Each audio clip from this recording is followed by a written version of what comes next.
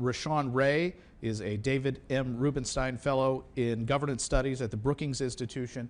He's a professor of sociology and executive director of the Lab for Applied Social Science Research at the University of Maryland, College Park. Anywhere from 10 to 25% of calls for service is perceived to have someone who has a mental health problem or actually does. The problem there is that law enforcement is not trained to deal with that. It's the analogy: you give someone a hammer, they're going to think everything is a nail. And that's part of what happens. The other thing that happens is that law enforcement on average gets about 50 hours of firearm training. They get less than 10 hours of de-escalation training.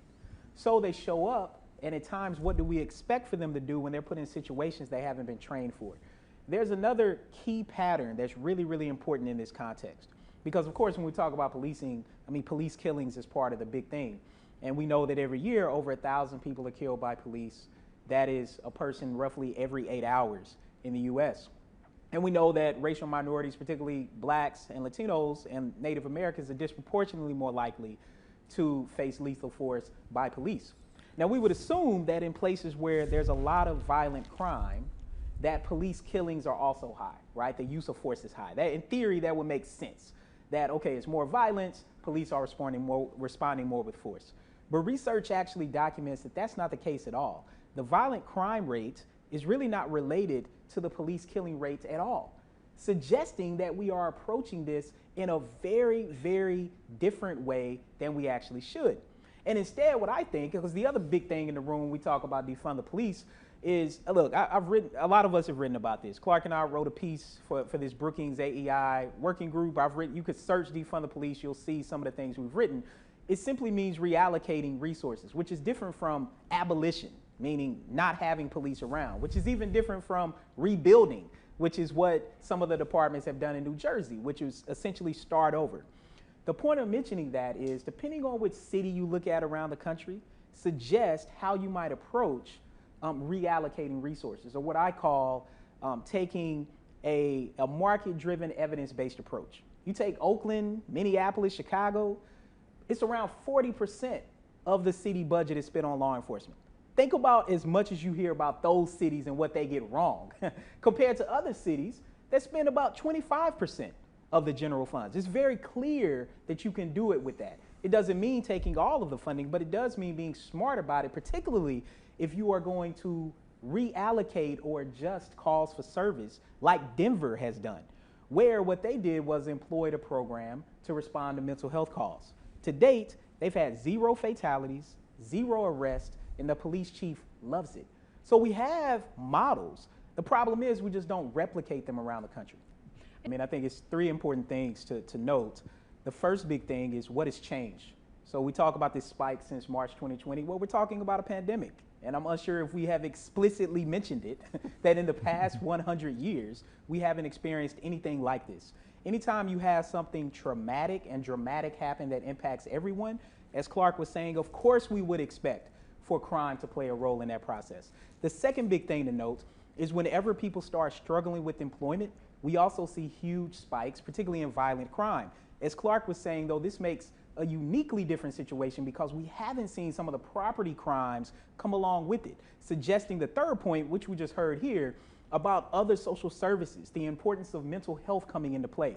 For too long, and we're even doing it now, right down the road on Capitol Hill, they're doing it where they're throwing a quantitative solution at a qualitative problem. What I mean by that is we think the way to solve crime is to simply put more boots on the ground, put more police officers on the streets. And as we heard, it's very clear that that hasn't necessarily worked.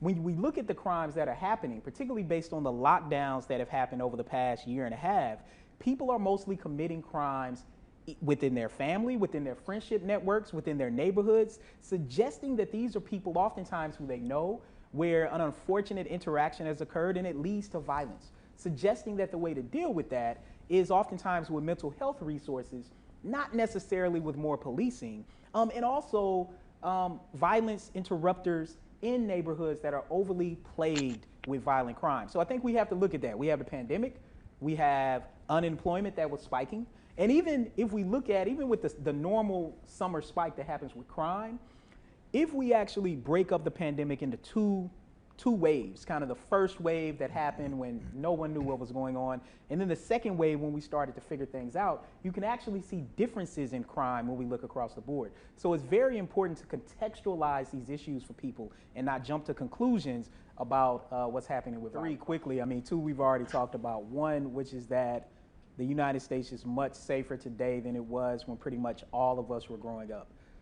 That one is even difficult for me to grasp. I watch the news and I'm like, holy crap, like the world is screwed up. Put my kids in a room, don't let them out, right? And so when you're teaching kids and you're talking to their parents, I mean, that's when you are on red alert. I mean, my kids were born in Oakland, and I just remember being like, oh my gosh, what am I bringing my babies into? And so that's the first thing. The second thing I'll say is the calls for service. The fact that, and we heard this earlier, I mean, well over 9%, and that is a conservative estimate. Not every 9 out of 10 calls for service have nothing to do with violence at all. So it's dealing with the misconception. And again, a lot of this comes from the media. People watch these, these shows and they think that's what policing is. And police officers will tell you that is not their day-to-day. They do a lot of paperwork. They have a lot of things to do, cumbersome things that I think if they weren't doing would actually help them with the clearance rate, actually. But the third main thing that I have conversations with is that people make a lot of assumptions that people who police end up killing have actually done something that was worth them dying over. And that is not the case. I'll just quickly say two stats. First stat is really important. Black people are 3.5 times more likely than whites to be killed by police when they're not attacking or have a weapon. I want to be clear, we're not talking about a person who attacked police. We're not talking about a person who had a weapon. Who says that? Police officers themselves. I think if we deal with that stat, a lot of the other problems in law enforcement actually become less problems, because I think that is one of the most severe things. And to double down on it, when we take out whether or not a person was armed or has a weapon, the racial gap shrinks. In other words, when you look at people who were unarmed and did not have a weapon, the racial gap in the likelihood of being killed by the police increases. That is absurd. And so that is one of the biggest things that I deal with, that people who come in contact with police, the assumption is that they were doing something wrong. In DC, there was a recent report finding that over 80% of the people who were stopped by police who did not receive a citation were black.